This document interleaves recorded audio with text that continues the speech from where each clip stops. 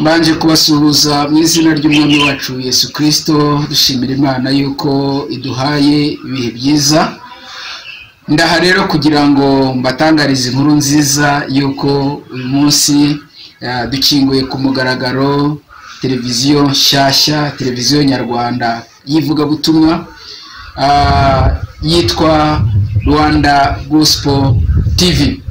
Iyi Rwanda Gospel TV ni televiziyo yanyu, televiziyo yacu, ni televiziyo izajya idufasha n'abakozi b'Imana kubwiriza ubutumwa bwiza, izajya ifasha abahanzi mu buryo butandukanye, izajya iriho indirimbo zitandukanye, ubuhamya bw'imirimo Imana irimo gukorera abantu bayo, kandi ndizera yuko mugiye guhabwa umugisha kuri iyi TV.